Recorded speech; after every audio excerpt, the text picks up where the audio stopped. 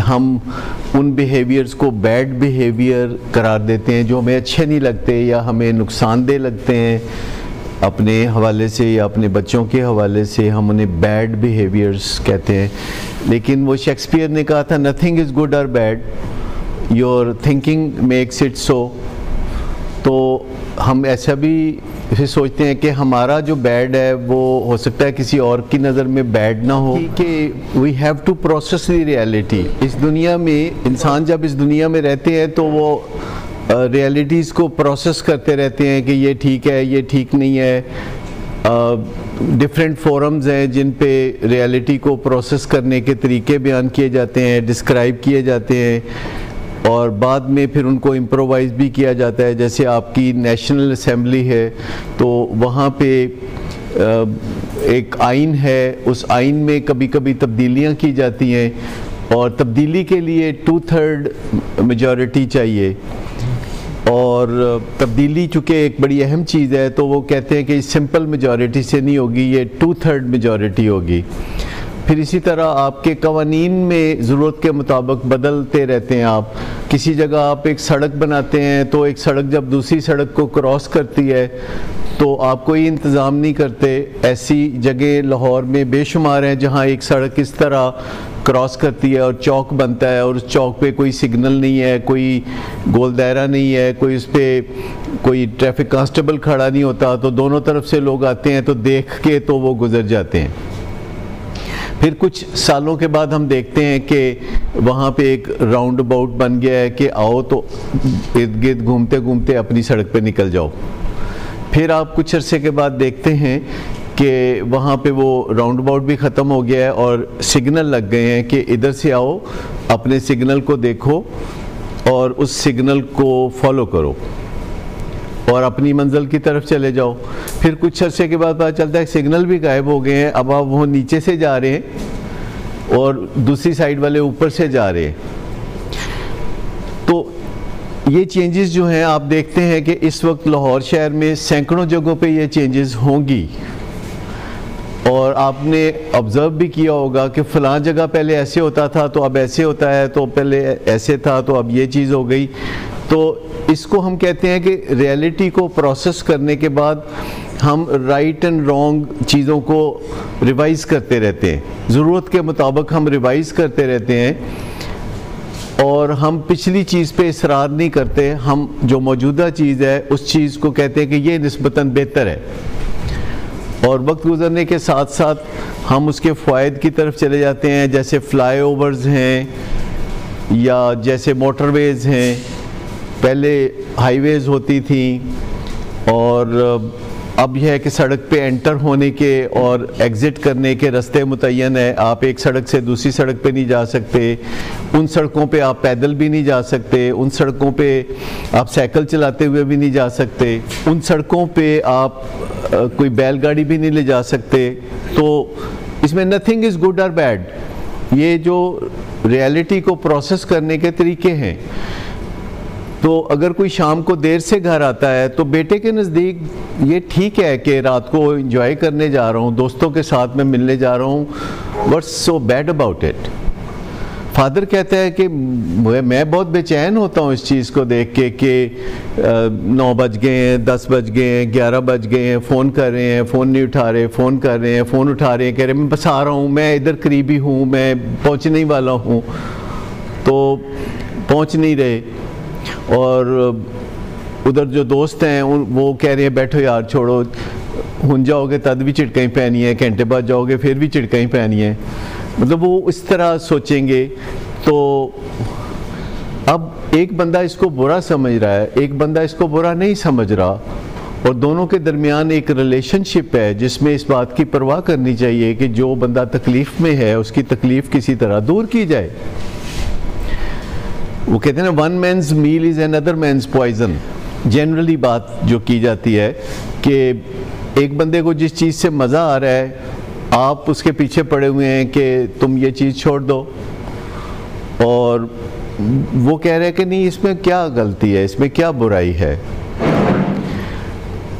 और ये फोरम हम इसीलिए करते हैं कि हम सब फिगर आउट कर सकें कि कहाँ हम अपने रवैयों में तब्दीली ला के हारमनी पैदा कर सकते हैं, क्योंकि फैमिली एक ऐसी चीज़ है जिसमें अगर हारमनी ना हो और टकराते रहें लोग एक दूसरे से, उलझते रहें लोग एक दूसरे से, तो घर एक खूबसूरत जगह नज़र नहीं आएगी, घर आने को दिल भी नहीं चाहेगा, हर कोई घर से बिदकेगा। क्या आप नहीं देखते कि लोग घर से बिदकते हैं? ऐसा कुछ देखा आपने?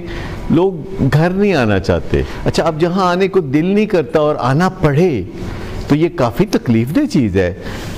घर जो कि अज़ल से इंसान पसंद करता है, परिंदे भी घोंसला बनाते हैं, इंसान भी कहीं ना कहीं कोई झोंपड़ी, कोई ना कोई चीज़ ऐसी बनाते हैं, और फिर जो इंसान बहुत खूबसूरत घर बनाते हैं डिफेंस में या गुलबर्ग में या कैंट में या शादमान, जिनके घरों में सारी फैसिलिटीज़ हैं और घर के बाहर एक चारदीवारी भी है, घर पे एक गार्ड भी खड़ा है जो बाहर से आने वाली आफतों से लड़ाई करेगा, और घर के अंदर माहौल भी बेहतर है कि एसी लगा हुआ है, किचन है जहाँ से बहुत अच्छा खाना मिल सकता है, तो शाम को सारा दिन तो लोग काम करते हैं, तो शाम को घर से क्यों भागते हैं?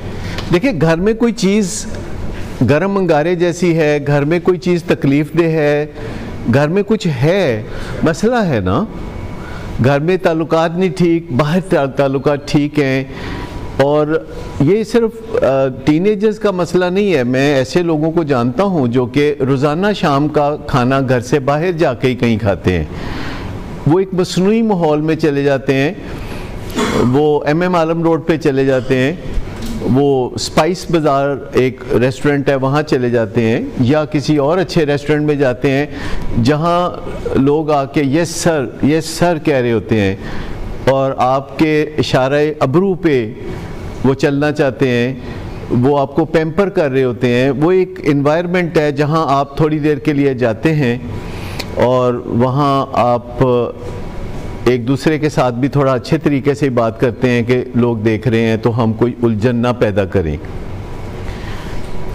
और वहाँ से निकलते हैं तो कहते ओहो फिर घर जाना पड़ेगा, तो फिर एक बीच में से बोलता है कि क्यों ना कहीं आइसक्रीम खा ली जाए। आइसक्रीम का गोरखधंधा घंटा सवा घंटा ले जाएगा, तो फिर कहे कि क्यों ना कॉफ़ी पी ली जाए।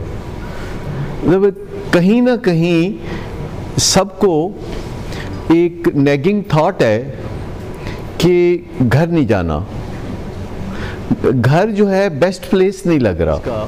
कि जब बहुत बच्चे छोटे थे तो मेरी जो बड़ी बेटी है जो अब 41 इयर्स की है और वो एसोसिएट प्रोफेसर है गायनेकोलॉजी की, और जब घर बिल्कुल करीब आता था और वो 3-4 साल की थी, तो जब घर बिल्कुल करीब आता था तो वो कहती थी घर नहीं जाना, घर नहीं जाना, घर नहीं जाना। ये ऐसा होता था।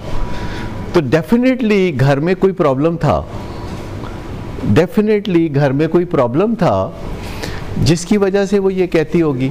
नहीं, दैट इज़ ए फैक्ट जो मैंने भी बताया, जो डेफिनेटली एक 4 साल का बच्चा भी ये परसीव कर सकता है, 2 साल का बच्चा भी परसीव कर सकता है कि कहाँ उसको तकलीफ़ पहुँचती है और कहाँ उसको तकलीफ़ नहीं पहुँचती। कुदरत बच्चे को अर्ली ऑन ये बता देती है कि ये कोई तकलीफ़देह चीज़ है।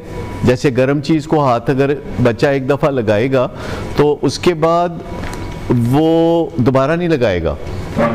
और घर में अगर माहौल ऐसा है जो कि माँ बाप को पता भी नहीं है कि माहौल में क्या चीज़ पिंच कर रही है बच्चे को, जैसे अगर आपने कहा है कि बच्चा कहता है कि नो नो नो नो, तो वो उसको घर के अंदर और बाहर के अंदर एक फ़र्क है, वो बाहर को एंजॉय कर रहा है। जनरली ये भी ठीक है कि बाहर जाने को भी दिल करता है क्योंकि बाहर कुदरत के नज़ारे हैं। अच्छा, अगर आप थोड़ा गांव की बैकग्राउंड को देखें तो अगर आप किसी गांव में चले जाएं, ज़रा और पुराने गांव में चले जाएं, तो वहाँ कोई शाम को प्रोग्राम नहीं बनता कि चलो कहीं चलते हैं जाके खाना खाते हैं या कुछ। वो एक दफ़ा घर में वापस आते हैं तो वो घर में ही फिर रहते हैं और उसके बाद वो सो जाते हैं।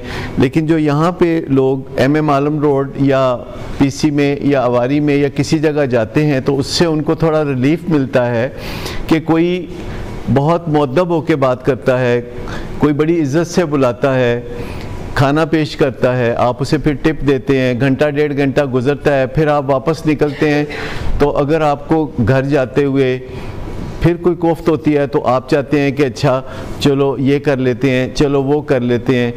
आखिर में बाहर भी कोई सुख तो नहीं मिलता तो बंदा फिर घर की तरफ ही लौटता है, और घर में भी कोई सुख नहीं मिलता तो बंदा बाहर की तरफ लपकता है।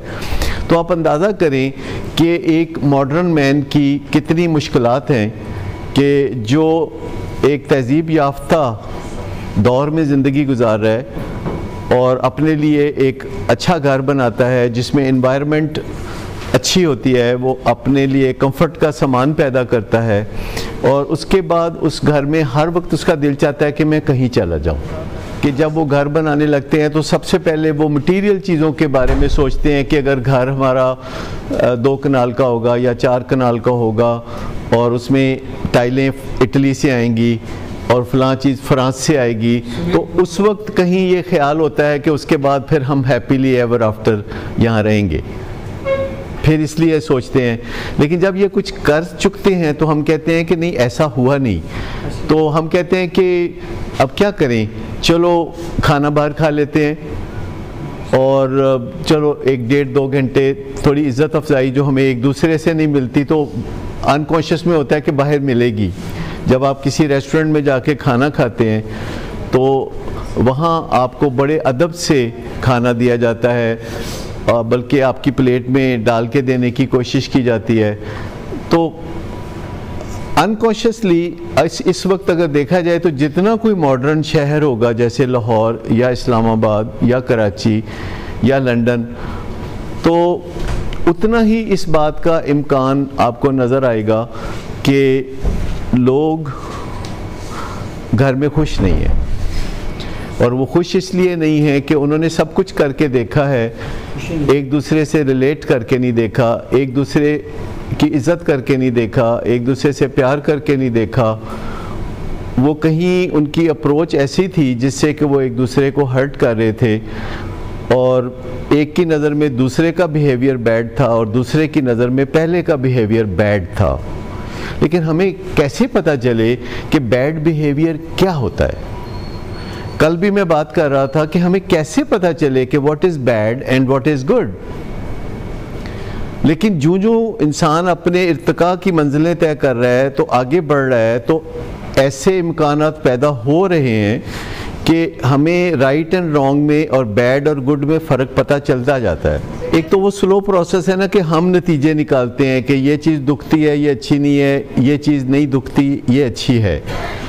एक फिर स्ट्रक्चर्स भी होते हैं जिसमें आपको पता चलता है।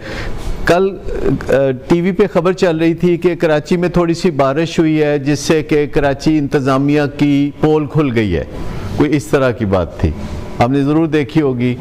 पोल खुल गई और थोड़ी सी बारिश हुई तो पानी खड़ा हो गया और बिजली चली गई, तो इंतज़ामिया जो कराची के उनकी पोल खुल गई। अच्छा, ये वो नहीं थी, मैंने ये भी इस पे भी गौर किया कि ये जो इलेक्शन में पोल होते हैं यानी जिसमें लोग वोट डालते हैं, तो ये वो तो नहीं है कि वो कोई पोल थे जो खुल गए।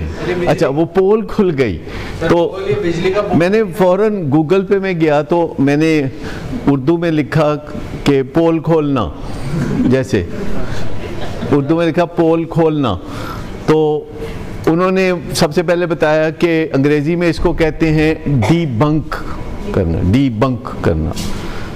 तो मुझे एक नए लफ्ज़ का पता चला कि ये सुना हुआ था लेकिन मुझे एग्जैक्ट मतलब नहीं पता था, तो मैंने कहा अच्छा डीबंक ये होता है। फिर मैंने अंग्रेज़ी में लफ्ज़ लिखा डीबंक, तो उर्दू में उसका लिखा हुआ था पोल खुल गई।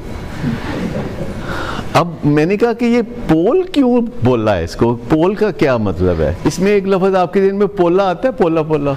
अच्छा, मैंने कहा कि पोल खोलना भी नहीं लिखते, खाली पोल लिखते हैं। तो जब मैंने पोल का लफ्ज़ लिखा उर्दू में तो उसमें वो खंबे का तस्वर आ गया सामने कि ये खंबे को पोल कहते हैं, और खंबा अंदर से क्या होता है? खाली। तो जब पोल को खोलेंगे तो अंदर क्या निकलेगा? खाली।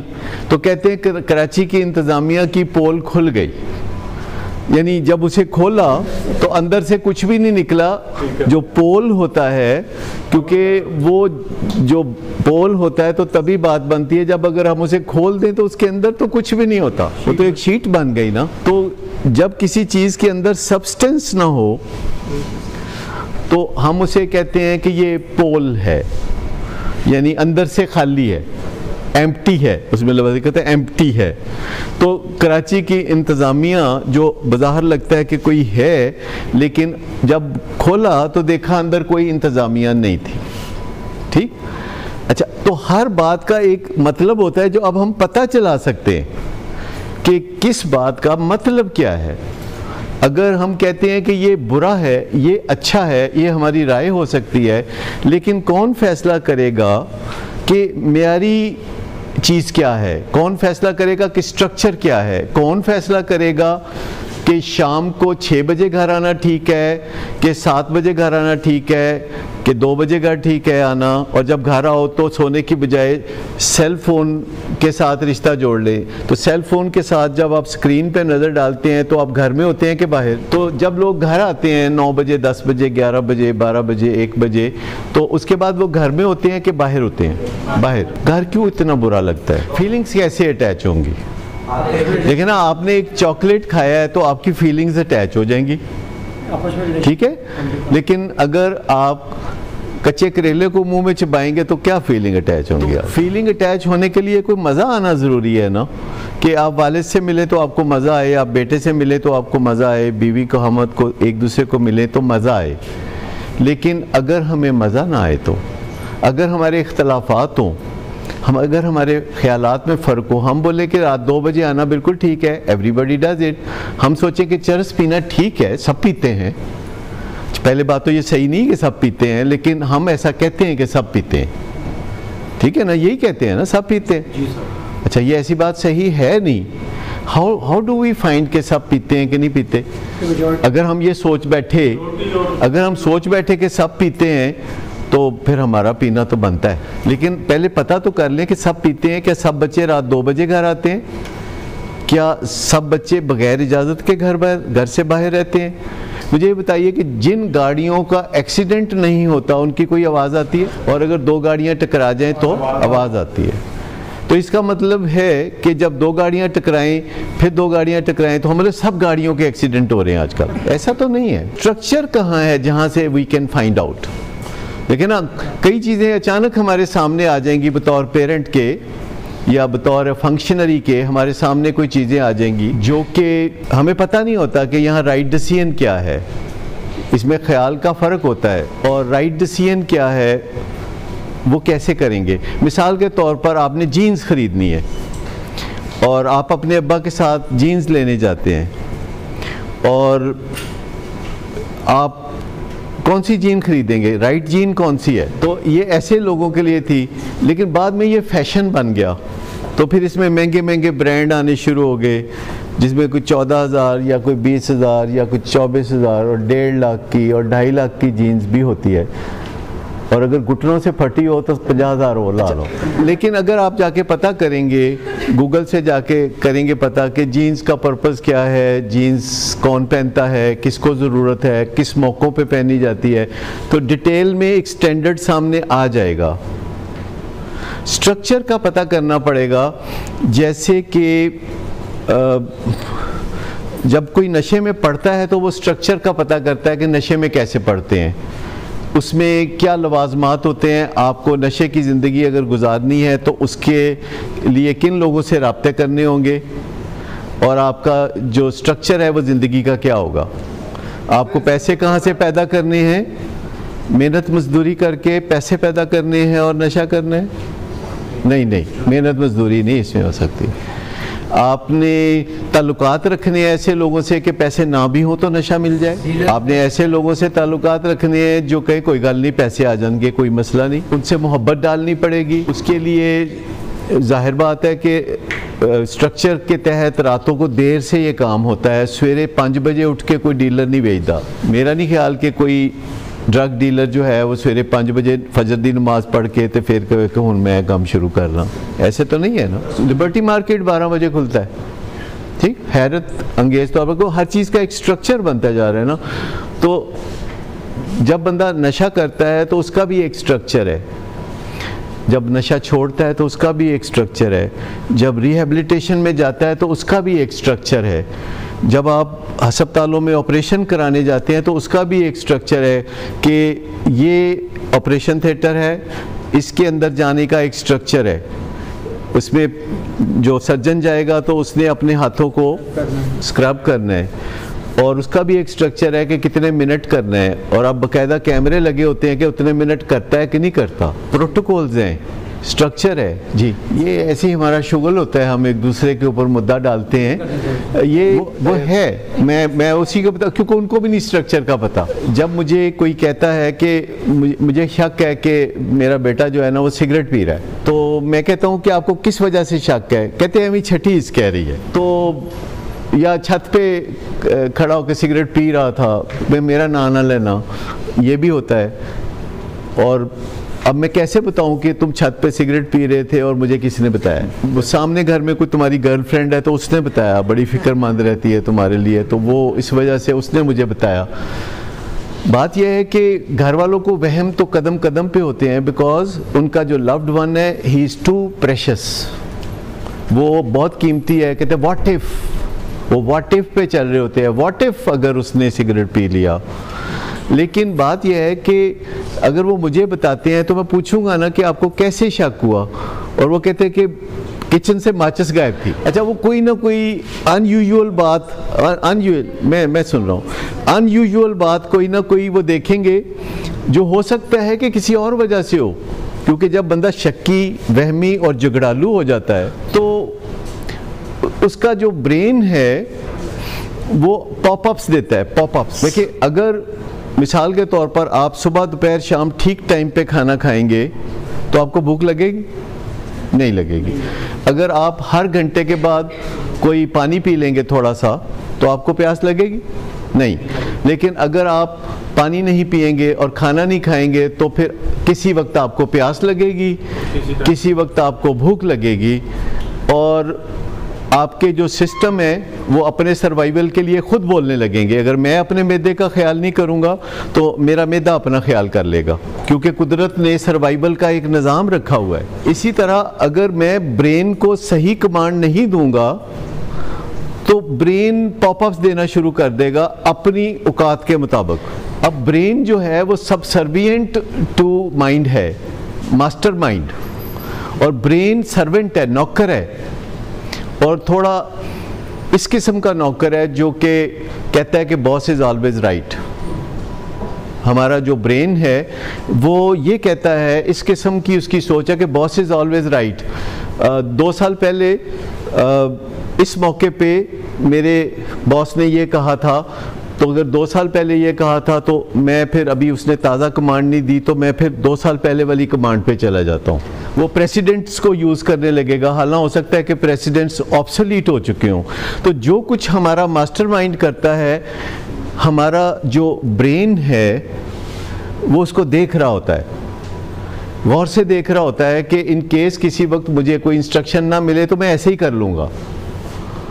जो हमारा मास्टरमाइंड, मिसाल के तौर पर आपने सोचा कि मैं 3 किलोमीटर वॉक करूंगा और फिर 1.5 किलोमीटर से आप वापस आ गए, तो आपका ब्रेन क्या सोचेगा कि इसको अपने गोल्स वगैरह के पूरे होने ना होने की कोई परवाह नहीं। फर्ज करें आप 3 किलोमीटर वॉक करने गए थे और आपने जोश जोश में 6 किलोमीटर कर दी, तो आपका ब्रेन क्या सोचेगा कि कोई मेजरमेंट च नहीं पैंदा, मुड्डी जे आदमी है, दिल करे तो 3 किलो का सोच के 6 किलो कर लेंदा है। वो देख रहा होता है, जैसे हमारे इर्द गिर्द जो मुलाजम है वो देख रहे होते हैं, हमारे बच्चे देख रहे होते हैं, वो हमें प्रिडिक्ट कर सकते हैं। इसी तरह हमारा ब्रेन भी हमें प्रिडिक्ट कर सकता है, और अगर हम उसको अपनी कमांड नहीं देते, जो माइंडफुल कमांड है, अगर वो हम नहीं देते तो हमारा ब्रेन जो है कहता है कि मेरे को जो दाल दलिया है वो ले लो। मैंने इस तरह करते देखा है अपने मास्टरमाइंड को, तो उसमें से कोई नुस्खा पेश कर देता हूँ। और वो ऑब्सोलीट हो सकता है, पुराना हो सकता है, प्रिसाइज ना हो शायद, वो ब्रेन अपनी मर्जी से पॉपअप देगा। मिसाल के तौर पर OCD कैसे डेवलप होती है? आपको लगा कि हाथ शायद साफ नहीं है, ये आपको वैसे ही लगा, और आपको लगा कि हाथ साफ नहीं है, तो आपने कहा कि इतना मुश्किल तो नहीं है हाथ साफ करना, और ये करीब बाथरूम है, मैं जाके हाथ साफ कर लेता हूँ। और आप कन्वीनियंट का पहले सोचते हैं, क्या इज़ इट कन्वीनियंट? जैसे फ़र्ज़ करें कोई आपको शादी के मौके पर बुलाता है, तो क्या आप सबसे पहले ये सोचेंगे कि मैं फ़ारिग हूँ कि नहीं, या सबसे पहले ये सोचेंगे कि ये मेरा जाने का रिश्ता भी है कि नहीं? लेकिन अगर फ़र्ज़ करें आप ये सोचते हैं कि मैं फ़ारिग तो हूँ ही, और साथ की गली में तो शादी है, तो चलो मैं चला जाता हूँ, तो एहसान भी हो जाएगा मेरा कि मैं गया था, तो this will be A wrong way of doing things.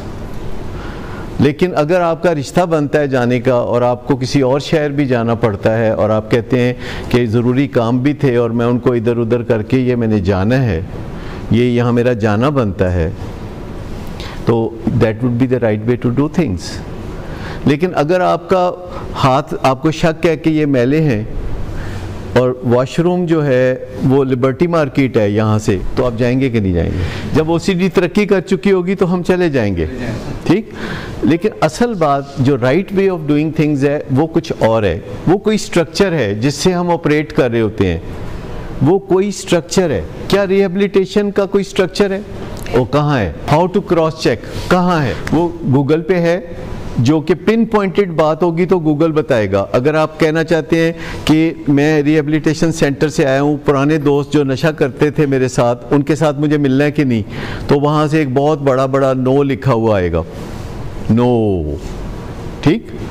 लेकिन अगर आप इस स्ट्रक्चर को वैसे डिटेल में स्टडी करना चाहते हैं, तो हर साल 1000 किताबें छपती हैं एडिक्शन के ऊपर। आप उनमें से कोई किताब चुनते हैं जो कि आपके लिए अप्रोप्रिएट होती है। अगर आप फादर हैं तो उसके लिए अलग किताब है, अगर आप मदर हैं तो उसके लिए अलग किताब है, अगर आप नेबर हैं तो उसके लिए भी किताब है, अगर आप दोस्त हैं तो उसके लिए भी किताब है। तो हर एंगल से किताबें लिखी गई हैं, तो अगर आप जनरली उनको पढ़ते रहें तो आपका नॉलेज बढ़ता रहेगा। लेकिन अचानक एक दिन पता चलता है कि मुझे दोस्तों को मिलने को दिल कर रहा है, और मैं दोस्तों को मिलना चाहता हूँ, मैं ज़रूर मिलना चाहता हूँ दोस्तों को। अब मैं ये भी पता करना चाहता हूँ कि ये ठीक है कि गलत है, तो इसके लिए मैं किताब पढ़ने तो नहीं बैठूँगा ना, इसके लिए तो मुझे पिन पॉइंटेड मालूमात चाहिए। तो आप गूगल पे लिखेंगे कि बहुत दिल चाह रहा है दोस्तों को मिलने को। देखिए, जब कोई बात आप डिस्कवर करना चाहते हैं तो आप चाहेंगे ना कि किसी ऐसे बंदे की तरफ रुजू करें, यानी आप किसी ऐसे बंदे की तरफ से तो नहीं ना ये पता करेंगे कि जो ड्रग डीलर हो और वो भी वेबसाइट बना के बैठा हो। कोई ड्रग डीलरों को वेबसाइट बनाना मना तो नहीं है ना, कि मना है? अच्छा, जो इंटरनेट पे गूगल के ज़रिए ही ड्रग्स बेचते हैं ना लोग, होम डिलीवरी देते हैं दुनिया भर में, तो आप वहाँ जाके तो नहीं पूछेंगे कि जनाब मैं रिहेबिलिटेशन सेंटर से आया हूँ तो मैं अपने पुराने ड्रगी फ्रेंड से मिलूँ कि नहीं मिलूँ। आप उसके लिए सबसे पहले ये देखेंगे कि यूनाइटेड नेशंस क्या कहता है, या WHO क्या कहती है, या मिनेसोटा यूनिवर्सिटी क्या कहती है जिन्होंने अपने आप को साइकोलॉजी के लिए डेडिकेट किया हुआ है, या स्टैनफोर्ड यूनिवर्सिटी क्या कहती है जिस पे रिसर्च होती है, या यूटा यूनिवर्सिटी क्या कहती है जो एडिक्शन से मुतल्लिका रिसर्च के लिए ऑथेंटिक है, या नाइडा की वेबसाइट जो गवर्नमेंट ऑफ अमेरिका की वेबसाइट है, या विलिंग वेज जो कि 40-41 साल से इस फील्ड में काम कर रहा है। तो आप सब जगह जाके देखेंगे ना, तो फिर where there is a will there is a way. जहाँ आप पता करना चाहते हैं कि स्ट्रक्चर क्या कहता है। मिसाल के तौर पर एक वालिद है, वो वॉशरूम की तरफ जाता है तो वहाँ से एग्जॉस्ट फैन चलने की आ रही है आवाज़, और वो अंदर जाता है तो हल्की सी स्मेल सिगरेट की भी आती है, और वो फ़ौरन बेचैन हो जाता है, परेशान हो जाता है, और वो बेटे से जाके पहले बात करना चाहता है, फिर बेटे से नहीं करता, फिर बेटी से बात करता है, कहता है सब तुम्हारा कसूर है। तो कोई स्ट्रक्चर होगा ना कि ऐसे मौके पे क्या करें, कोई स्ट्रक्चर होगा कि ऐसे मौके पे क्या करें। आप में से कोई मुझे बता सकता है कि जब आपको शक पड़े तो क्या करें? आपको बात करनी चाहिए कि देखो भाई मुझे ऐसा वहम हो रहा है, क्योंकि आपने कोई एविडेंस तो देखी कोई नहीं। जब आपको वहम हो और आप कह दें कि मुझे वहम हो रहा है, तो दूसरा बंदा कहेगा जी हाँ आपको वहम हो रहा है। आप कहते हैं कि यार वैसे मुझे वहम होते हैं तुम्हारे प्यार की वजह से, और तुम और भी मोहतात हो जाना। ठीक, आप उसे घर छोड़ के नहीं आते कि मैं तुम्हें साबित करके बताऊंगा कि तुमने सिगरेट पिया है। ठीक, क्योंकि असल बीमारी सिगरेट पीना नहीं है, असल बीमारी उसके पीछे है, जिसमें आपके प्यारे को आपकी मदद चाहिए, ओनरशिप चाहिए कि आप उसे डिसोन ना करें। अगर आप एक टेबल पे बैठ के खाना खा रहे हैं और बतौर फादर आप करीबी बैठे हुए हैं और डिसोन कर रहे हैं बॉडी लैंग्वेज से, तो बेटे को पता नहीं चलेगा, चलेगा ना पता। तो ये ज़्यादा इम्पॉर्टेंट है कि आप डिसोन ना करें। आपको ओनरशिप एक जो इंटैक्ट रखनी है उसकी बड़ी इंपॉर्टेंस है, आप डिसोन नहीं कर सकते। लेकिन स्ट्रक्चर है, जब आप पता करेंगे तो आपको आसानी हो जाएगी कि डूज एंड डोंट्स क्या हैं, और वो हमेशा स्ट्रक्चर से पता करने से, Q&A क्वेश्चन आंसर देखने से। जनरली आप क्वेश्चन आंसर देखते रहते हैं कि एडिक्शन रिलेटेड क्वेश्चन आंसर्स क्या हैं, एडिक्शन रिलेटेड वीडियोस क्या हैं, एडिक्शन रिलेटेड जो माहिरीन है वो क्या कहते हैं। इसकी कोई वैल्यू नहीं है, इस बात की कोई वैल्यू नहीं है जो अभी दूर उफक के उस पार है। देखो एक बंदा है जो विलिंग वेज आ रहा है और वो कहता है कि जब मैं वापस आऊँगा तो मैं कभी नशा नहीं करूँगा, मैं 5 वक्त नमाज पढ़ूँगा, मैं आपके सुबह शाम हाथ पांव दबाऊँगा, मैं नौकरी करूँगा, मैं आपकी खिदमत करूँगा और मैं बुरे दोस्तों से दूर रहूँगा। तो इस बात की भी कोई वैल्यू नहीं है, ये कबल अज़ वक्त है, ये कबल अज़ वक्त है। देखिए ना, कई चीज़ें होती हैं जो कि जिनके बारे में आप एक्सट्रीम नुक्ता नज़र रखते हैं, लेकिन वो पता नहीं होता कि ये होना है कि वो होना है। जैसे अगर कोई यहाँ से जा रहा है तो 2 व्यू पॉइंट्स हो सकते हैं कि ये बिल्कुल ठीक रहेगा या ये बिल्कुल पहले की तरह हो जाएगा। ये 2 व्यू पॉइंट ठीक हो सकते हैं? नहीं, ये दोनों के दरमियान कुछ होगा कि ये उस जैसा भी नहीं जैसे पहले था, पर वैसा भी नहीं जो कि हम चाहते हैं।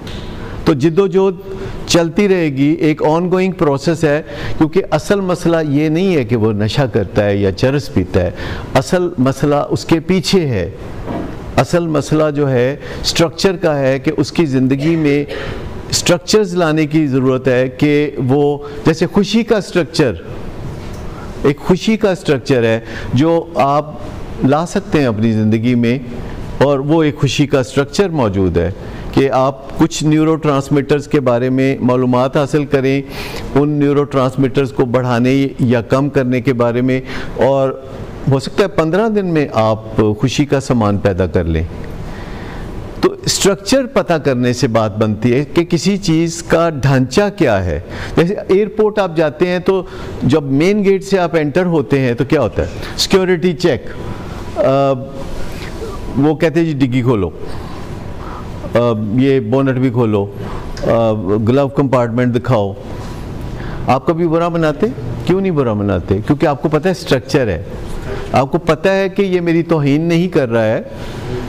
फिर आप आगे जाते हैं तो दरवाजे पे कहता है जी कागज़ दिखाओ, वहाँ भी प्रिंट आउट दिया, वो कागज़ दिखा के आप आगे जाते हैं, फिर आपका सामान वो उसमें से गुजारते हैं, फिर एक बंदा आपको ऐसे ऐसे करके चेक करके वो बताता है, अच्छा लगता है, लेकिन आप बुरा नहीं मनाते। आप कहते हैं ये स्ट्रक्चर का हिस्सा है, ये मेरे ऊपर कोई अटैक नहीं है, ये मेरे ऊपर कोई, ये मेरी कोई दयानत पे या मेरी कोई नेक नीयती पे शुबा नहीं है।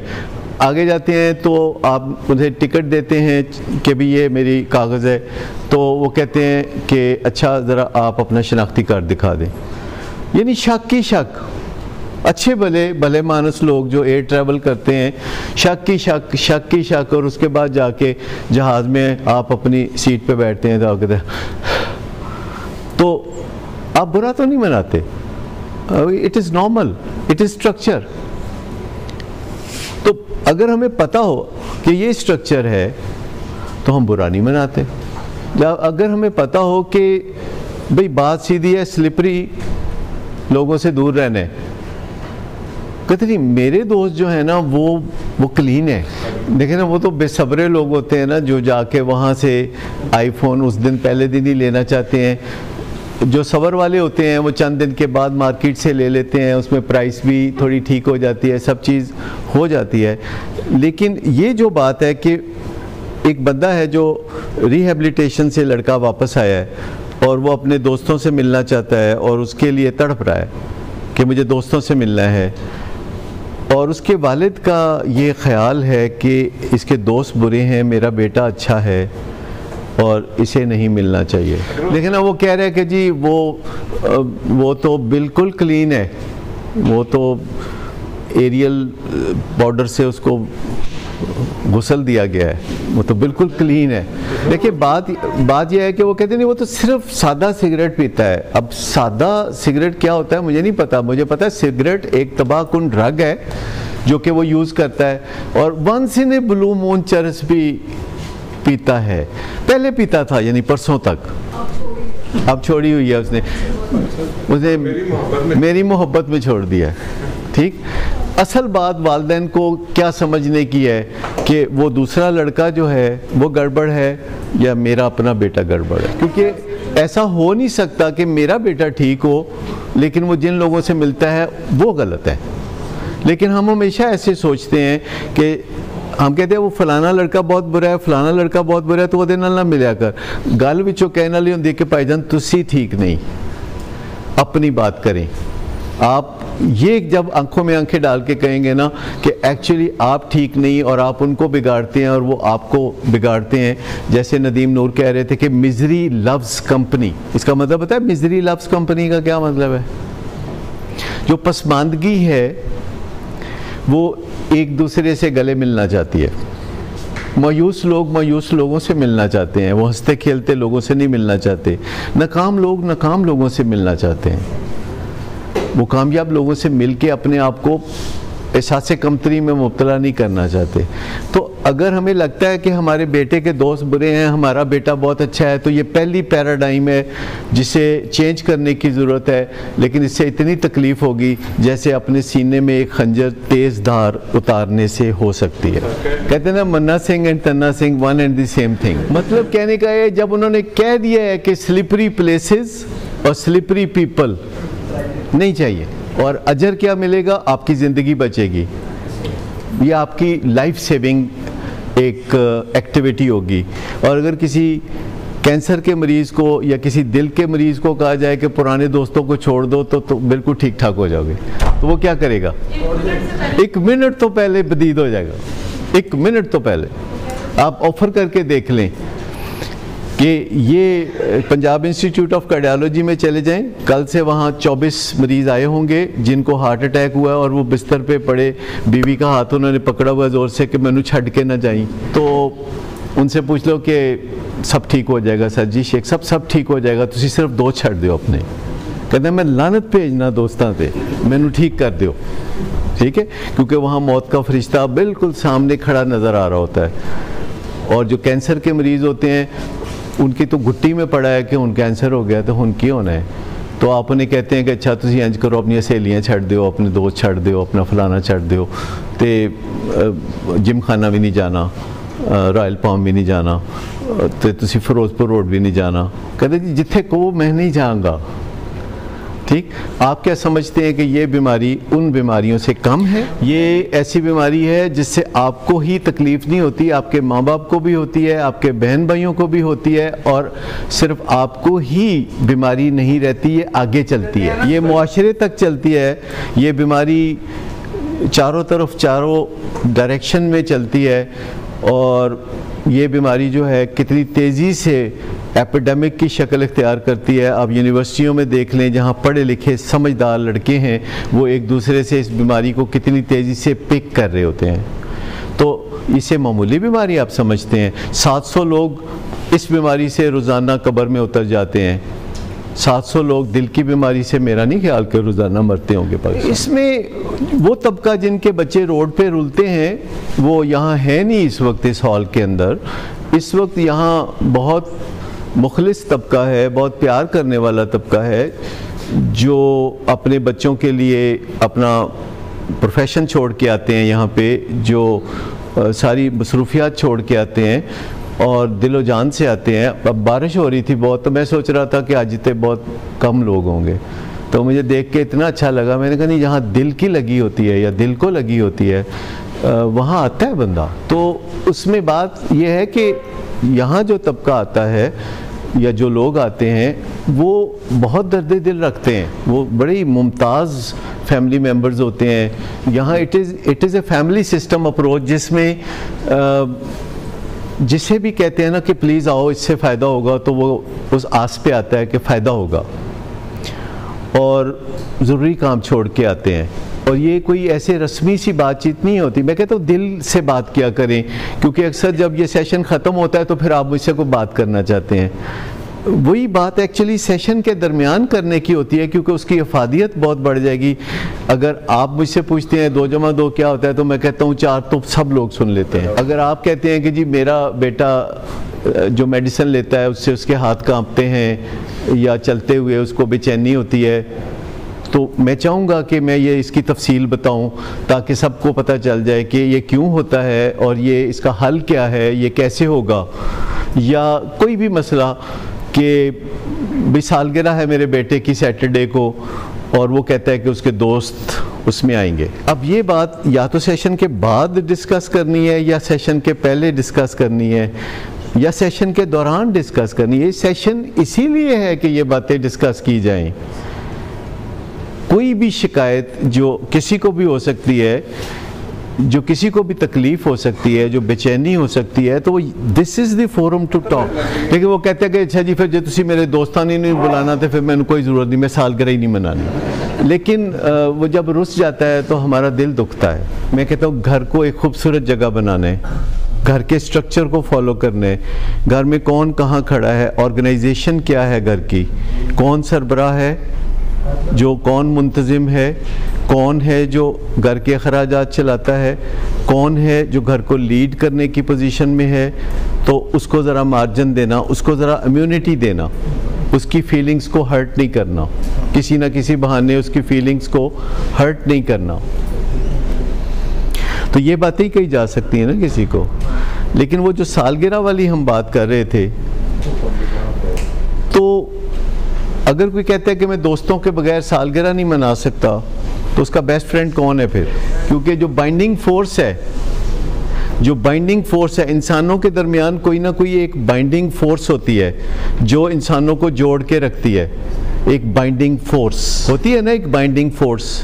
जैसे आर्मी से मुतल्लका कोई बंदा हो तो उसको जाके कोई मिले और वो भी आर्मी का हो, तो बाइंडिंग फोर्स आ गई ना। या अगर आप पाकिस्तान से बाहर हैं तो कहीं कोई बंदा पाकिस्तानी नज़र आ जाता है, तो आप कहते हैं मैं पाकिस्तान से हूँ, कहते हैं कहाँ से, कहते हैं मैं लाहौर से, कहते हैं मैं भी लाहौर से, तो बाइंडिंग फोर्स आ गई। इसका मतलब पीछे एक स्ट्रक्चर है। ये इसको हम ऑर्डिनरी नहीं ले सकते कि ये क्यों उसी के साथ सालगिरह मनाना चाहते हैं। इसका मतलब है कि रिश्ता अभी दोस्तों से और दोस्तों के साथ जो बाइंडिंग फोर्स है, जो नशा है, वो बरकरार है, वो बाकी है। ये बात भी ठीक है कि डिज़ीज़ कॉन्सेप्ट क्लियर नहीं। मैं पिछले दिनों कराची गया तो मेरे अचानक साथ वाली सीट पे एक साहब आके बैठे, तो मुझे देख के कहते आपने पहचाना नहीं। मैंने कहा कि पहचान तो मैंने लिया है, लेकिन आप बिल्कुल वैसे के वैसे ही हैं। 18 साल में भी आप बिल्कुल वैसे के वैसे ही हैं, मतलब उसी तरह आपकी एज चेंज नहीं हुई। तो मैं सोच रहा था कि आप वही हैं या कोई और हैं। कहते हैं कि नहीं मैं वही हूँ, और बस मैंने अपना ख्याल रखना सीख लिया। और वो हमारा पेशेंट नहीं था, उसका वालिद हमारा पेशेंट था। वो एक सेनेटर थे उस ज़माने में, 18-20 साल पहले, और बड़े भले आदमी थे और अल्कोहलिज़म की बीमारी में बुरी तरह मुब्तला थे। और उनके घर दावतें भी होती थीं, शराब की दावतें, और उसके लिए पहले कोई सिंगर बुलाया जाता था जो कि गज़ल गो सिंगर हो, और उस दौरान साथ पीना पिलाना और इस तरह की दावतें थी। तो कहते हैं आपने हमारे घर में कुछ मशवरे दिए थे, क्योंकि 1.5 घंटा था तो फ़्लाइट पे बातें होती रहीं। मैंने कहा हाँ मुझे एक एक बात बिल्कुल अच्छी तरह याद है। और जब उन्होंने बताया तो और बातें भी याद आ गई। तो कहने लगे कि आपने कहा था कि अब घर में शराब की दावतें नहीं होंगी क्योंकि उनके कल्चर का हिस्सा था। तो उन्होंने ये कहा था कि फिर असी शहर च कल्ले हो जावांगे, साढ़े घर कोई नहीं आएगा।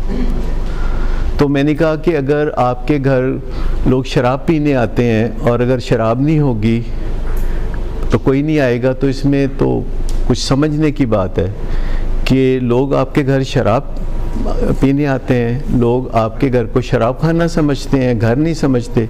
तो मैं आपको ये बताता हूँ कि आप इसका फिक्र ना कीजिए, हो सकता है कुछ लोग नहीं आएंगे और हो सकता है कुछ लोग आना शुरू कर दें। तो कहते हैं उनको क्या पेश करें? मैं कहा आइसक्रीम पेश कर दें, कोई थोड़ा बहुत खाना पेश कर दें, उनको तवज्जो दें, उनके साथ दिल से बातचीत करें। और जो लोग सिर्फ शराब पीने के लिए आते थे, हो सकता है वो ना भी आए। तो मुझे बता रहे थे कि इतने सालों में बहुत सारी बातें हैं आपसे करने वाली। मैं आपको बताऊं कि हमें किसी ने भी नहीं छोड़ा, बल्कि लोगों ने प्रिटेंड करना शुरू कर दिया कि वो भी शराब छोड़ गए ताकि हम उनसे मिलते रहें। और वो हमसे शराब की तवक्को नहीं रखते, शराब की बात नहीं करते और हमसे मिलते हैं वो, और वो हमारे साथ बड़े मोहब्बत के रिश्ते रखते हैं और हमारी सारी फैमिली ट्रांसफॉर्म हो गई है। तो हम सोचते थे कि आप बिज़ी होंगे, क्यों आपको डिस्टर्ब करें, वरना आपको कभी बुलाते, कुछ ऐसा करते, कुछ वैसा करते। तो मैंने कहा नहीं, मेरे लिए तो बड़ा खुशी का मुकाम है कि आपने पूरे ख़ानदान को ही ट्रांसफॉर्म कर दिया है। तो ऐसी चीज़ें जो देख के तो फिर बहुत अच्छा फील होता है और आगे इनकरेजमेंट मिलती है। कल मैं किसी को बता रहा था कि वो एक मेरे क्लाइंट है जिन्होंने शराब तो कामयाबी से छोड़ दी है, लेकिन वज़न उनका अभी भी 40-45 किलो ज़्यादा है और इस बारे में वो कोई सीरियस स्टेप नहीं ले रहे हैं, जबकि उनका बहुत बड़ा मसला जो है वो ज़्यादा वज़न है। तो मैंने उनको कहा कि मुझे लगता है, चूँकि अब मैं आपको बहुत अच्छी तरह जानता हूँ, मुझे लगता है कि आपके घर के कल्चर में खाना पीना बहुत ज़्यादा है और मेहमान नवाजी बहुत ज़्यादा है, लोग बहुत आते हैं और आप उनको फिर मटन कोरमा और ये और वो और बड़ी बड़ी मिकदारों में आप खिलाते हैं। फिर जब वो खाते हैं तो फिर आप भी खाते हैं कि सारा ही ना खा जाना, सी आप ही खा लेना। तो मैंने कहा ये इस कल्चर को बदलना पड़ेगा। ये लड़का अकेला अपना वज़न कम नहीं कर सकता जब तक कि आप इस घर के कल्चर को नहीं बदलेंगे। कहते तो डॉक्टर साहब फिर लोगों को हम मतलब इतना खाने ना खिलाया करें। मैंने कहा ना खिलाया करें। कहते हैं कि फिर तो लोग हमारे घर आएंगे नहीं। मैं कहा लोग अगर आपके घर सिर्फ खाना खाने आते हैं तो कोई बात नहीं, नहीं आएंगे तो सब्र करें। 45 मिनट्स गुजरे और आखिर उन्होंने कहा कि ठीक है, हम उनसे खुल के बात कर लेंगे कि हम क्या तब्दीली लाने वाले हैं। और मैंने कहा जब आप उनसे खुल के बात करेंगे कि आप क्या तब्दीली लाने वाले हैं तो वो फ़ैसला कर लेंगे और आपको फ़ैसला सुना देंगे कि वो आपके घर आएंगे कि नहीं। कि आप मेरे घर आते हैं और मैं आपको बहुत अच्छे खाने खिलाता हूँ और एक दिन मैं कहता हूँ कि मैंने अब वज़न अपना ठीक करना है और मैं घर के खाने का कल्चर बदलने वाला हूँ और आपको मैं पहले ही बता रहा हूँ कि अब हम बहुत हेल्दी डाइट या हेल्दी फूड आपको सर्व करेंगे। और फिर मैं पूछता हूँ कि आप मेरे घर आएंगे। सिंपल सी बात यह है कि अगर हमारे दरमियान कोई कनेक्शन है, रिलेशनशिप की कोई माकूल वजह होती है।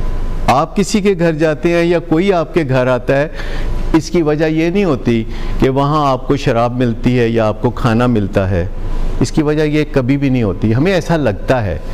हाँ, रेस्टोरेंट में जाने की ये वजह होती है कि आपको वहाँ एम्बियंस मिलती है और अच्छा खाना मिलता है। लेकिन जब आप किसी दोस्त से मिलने जाते हैं, भाई से मिलने जाते हैं, रिश्तेदार से मिलने जाते हैं, तो उसकी वजह कोई इससे बढ़ के होनी चाहिए कि वहाँ खाना अच्छा मिलेगा कि नहीं मिलेगा। कोई ऐसी चीज़ जो कि आप मिस कर रहे होते हैं, किसी को आप मिलना चाहते हैं, कोई ऐसा बंदा, कोई ऐसा रिश्तेदार, कोई ऐसा दोस्त जिसे आप बस मिलना चाहते हैं। ये तो बिसाइड दी पॉइंट है कि आप क्या खाते हैं, उस वक्त जो खा रहे हैं वो खा लेंगे। और अगर आपके घर में मसला ये है कि 45 किलो वज़न ज़्यादा है बेटे का और वो उसका असल मसला है सेल्फ इमेज की ख़राबी है जिससे कि वो शराब की तरफ भी चला गया, तो फिर माँ बाप को संजीदगी से सोचने की ज़रूरत है कि घर के कल्चर में तब्दीली लानी है कि नहीं लानी। और जब आप कल्चर में अच्छी तब्दीली लाते हैं तो लोग उसको वेलकम करते हैं।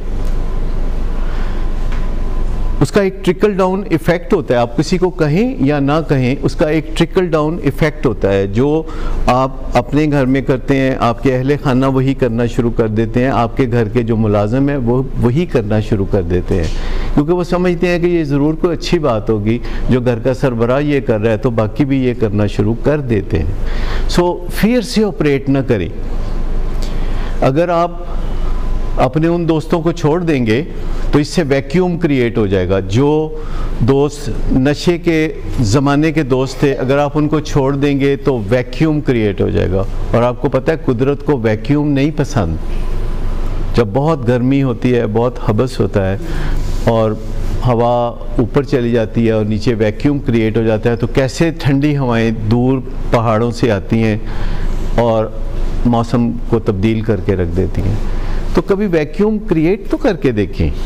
वैक्यूम के अंदर बड़ी ताकत होती है, आपको पता है। यानी जो वैक्यूम है, एक साइंसदान ने कुछ घोड़े इधर लगाए, कुछ घोड़े इधर लगाए और बीच में वैक्यूम से किसी चीज़ को जोड़ा और उन्होंने कहा इसको अलग करके दिखाओ, तो 8 घोड़े एक तरफ और 8 घोड़े एक तरफ उस वैक्यूम को नहीं तोड़ सके थे। वैक्यूम इतना ताकतवर होता है, पर वैक्यूम सब कुछ सक कर लेता है, वैक्यूम खींच लेता है। और अगर आप वैक्यूम क्रिएट करते हैं, अपने दोस्तों को छोड़ देते हैं और अपनी फैमिली को दोस्त बना लेते हैं और अपनी ज़िंदगी में बेहतरी लाते हैं, और उसके बाद देखें लोग मैग्नेट आप बन जाते हैं जिसकी तरफ लोग कशिश के साथ आते हैं। फिर लोग मोहब्बत से और असली मोहब्बत से आपके साथ आते हैं, फिर वो किसी शराब के लिए और किसी खुराक के लिए या किसी चीज़ के लिए आपकी तरफ नहीं आते। बॉटम लाइन जो आज आप समझ सकते हैं वो ये है कि आप जो भी कुछ करते हैं, आप कोई कारोबार करते हैं या आप अपनी सेहत अच्छी करते हैं या आप अपनी डायबिटीज़ मैनेज करते हैं या आप नशे की बीमारी से छुटकारा हासिल करते हैं या आप वज़न कम करते हैं या आप सिगरेट छोड़ते हैं, तो इसका एक स्ट्रक्चर है, स्ट्रक्चर बन चुका है, इसका एक स्ट्रक्चर मौजूद है। आज हम एक खुशकिस्मत ज़माने में जी रहे हैं कि ज़्यादातर चीज़ों का स्ट्रक्चर बन चुका है। बहुत 1, 2, 4 ऐसी चीज़ें होंगी जिनका अभी कोई स्ट्रक्चर नहीं बना। मिसाल के तौर पर टेररिज्म पे कैसे काबू पाएं, इसका कोई स्ट्रक्चर नहीं बना। तो चलो ये भी वक्त आएगा तो हो जाएगा, अभी शायद उसकी ज़िम्मेदारी हमारे इनफरादी कंधों पर नहीं है, लेकिन अगर हमारी ये ज़िम्मेदारी है कि हमने एक फैमिली में हार्मनी पैदा करनी है तो इसका स्ट्रक्चर बन चुका है। स्टीवन कवी की एक किताब भी है 7 habits of highly effective families. एक तो है ना 7 habits of highly effective people, एक है उनकी किताब 7 habits of highly effective families, कि फैमिलीज़ कौन सी इफ़ेक्टिव होती हैं।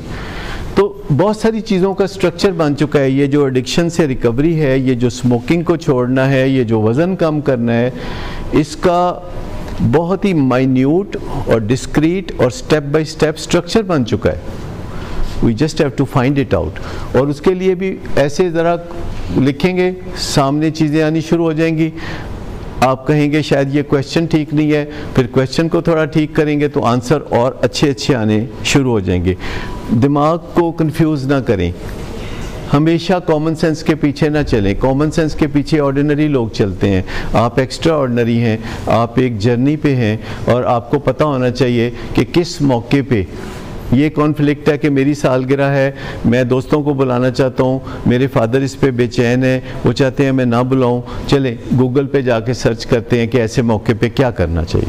तो अच्छे तरीके से जब हम इंटेलेक्चुअली मूव करते हैं तो हम कहीं ना कहीं सच्चाई तक पहुँच जाते हैं। इंसान का सफ़र अज़ल से शुरू है और सच्चाई के तलाश में ही चल रहा है। और इटर्नल ट्रूथ क्या है, एक दिन इंसान ज़रूर पता कर लेगा।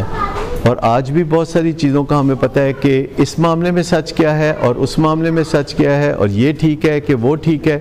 इसका काफ़ी स्ट्रक्चर हमारे इर्द गिर्द लेट डाउन है जो हम पता चला सकते हैं। ये बुनियादी सी बात है जो कि याद रखनी है कि जब भी कोई चीज़ आपके रास्ते में हर्डल बन के नज़र आए तो फाइंड आउट मोर, स्ट्रक्चर पता करें, उसका तरीक़ाकार पता करें, कौन तावन कर सकता है ये पता करें, कौन हर्डल क्रिएट कर सकता है उसका भी पता करें, हिसाब किताब कैसे रखें, किन जगहों पे जाएंगे तो फ़ायदा होगा, नॉन लिविंग चीज़ों से कैसे फ़ायदा उठाना है, किस चीज़ को नज़दीक और किस चीज़ को दूर रखना है। इसको हम टेक्निकल ज़बान में प्रोपिनक्विटी कहते हैं कि किसको करीब और किसको दूर रखना है। ये एक बहुत बड़ी फोर्स है। इसके लिए एक लफ्ज़ है प्रोपिनक्विटी, कि चीज़ों के करीब, दूर, दाएं या बाएं, ऊपर या नीचे होने से फ़र्क पड़ता है। लिहाजा किसको दूर रखना है, किसको नज़दीक रखना है, ये प्रोपिनक्विटी है और ये आपकी रिकवरी में बहुत अहम रोल प्ले कर सकती है।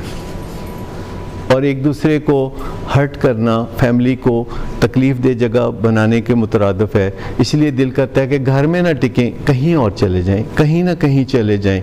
लेकिन जो लोग पुरसुकून होते हैं वो घर की तरफ ज़्यादा अट्रैक्टेड होते हैं, वो घर जाना चाहते हैं, वो बाहर भी जाना चाहते हैं, कामकाज करना चाहते हैं, लेकिन वो फिर घर जाना चाहते हैं। ऐसे लोगों को आमतौर पर लोग लेबल करते हैं कि ये सोशलाइज नहीं करते, क्योंकि किसी न किसी तरीके से उन्होंने अपने आप को एज देना होता है। ऐसी बात नहीं होती जो कि लोग सोशलाइज करना नहीं चाहते। हर इंसान सोशलाइज करना चाहता है, ये इंसान की इन्नेट चीज़ है, ये अंदर की चीज़ है। यही तो बात है, जो एतदाल है, जो बैलेंस है, वो असल चीज़ है।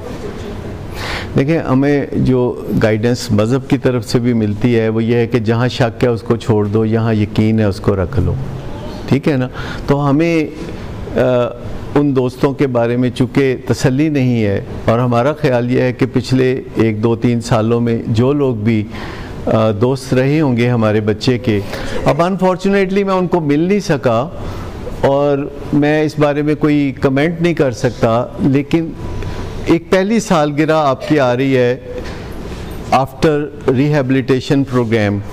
तो जैसे मैंने कहा कि एक तो ये जगह हो सकती है जिसमें जो सालगिरह आपको वाइब्स नज़र आएंगी कि लोग आपको कितना चाहते हैं कि आप एक रिकवरी के पाथ पे हैं। दूसरी फोरम हो सकती है कि आपके घर में जहां आपके इमीडिएट फैमिली मेम्बर और चचा ताया या उनके कोई बच्चे आ जाएं, जो घर में एक माहौल हो जाए तो वहाँ हो जाए। दोस्तों की बारी अभी नहीं आई। देखिए, मैं इस पोजीशन में नहीं हूँ कि जो रूल्स हैं दुनिया भर में माहिरीन ने बनाए हुए हैं उनको मैं भी तोड़ दूं और मैं आपको ये लिबर्टी दे दूं कि आप स्लिपरी लोगों के साथ या वजह उसकी ये है कि हम सब अपने बच्चों को चाहते हैं और हम चाहते हैं कि वो अच्छे रहें, और जब कोई एक स्लिपरी बंदा दूसरे स्लिपरी बंदे से मिलता है तो वो पुट्ठी मत दे के किसी पुट्ठे तरीके पे आगे चलाना चाहता है उसको। और ये मैं समझता हूँ कि टीनेजर्स तक महदूद नहीं है। अनफॉर्चुनेटली ये हमारे सोसाइटी में जो अडल्ट्स हैं, हमारी सोसाइटी में जो मैच्योर लोग हैं सो कॉल्ड, हमारी सोसाइटी में जो अचीवर्स हैं, अनफॉर्चुनेटली जो बड़े अफसर हैं, जो ब्यूरोक्रेट्स हैं, जो डॉक्टर्स हैं, जो इंजीनियर्स हैं, जो लोग बिजनेसमैन हैं, जो पायलट्स हैं, जो जज हैं, जो जर्नैल हैं, जो पॉलिटिशियन हैं, जब ये आपस में मिलते हैं तो ये एक दूसरे को पुट्ठी मत्ते देते हैं, ये पुट्ठी राहों पे चलाते हैं। ये आपको बहुत अच्छी तरह इस बात का पता है। दिस इज़ वेरी अनफॉर्चुनेट कि कंपनियां डॉक्टरों को जहाज़ भर के थाईलैंड लेके जाती हैं। मुझे बताएं, थाईलैंड देखने की जगह है? कोई जगह है थाईलैंड जहां जाके कोई मेडिकल एजुकेशन मिल सके या थाईलैंड में कोई अच्छी मत मिल सके?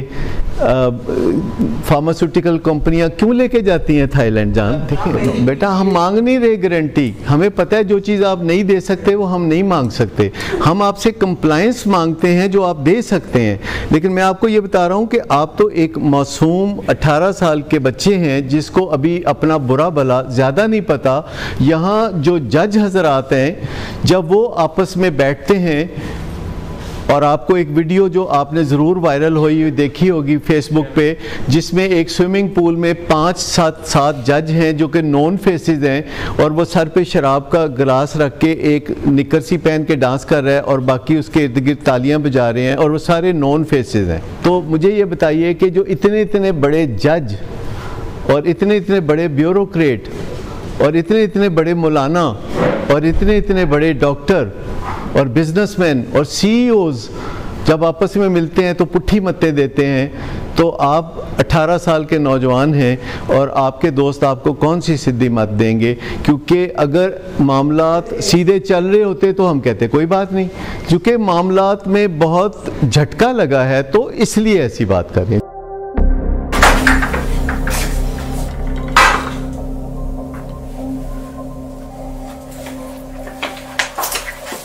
आज फिर भी करायो, नहीं तो इन बच्चों का ही ख्याल कर लो। बंद करो तुम अपनी बकवास। लेकिन तुम अपनी घटियार को तो से बाज मत आना। तुम हो ही घटिया इंसान। तुम होती कौन हो मुझे रोकने वाली? तुम्हारे बाप के बाल की पीता हो क्या? शराब नोशी की वजह किरदार की खराबी नहीं, मूड की खराबी है। शराब नोशी कभी भी नशे की बीमारी में बदल सकती है। नशे की बीमारी हर स्टेज पर काबिले इलाज है।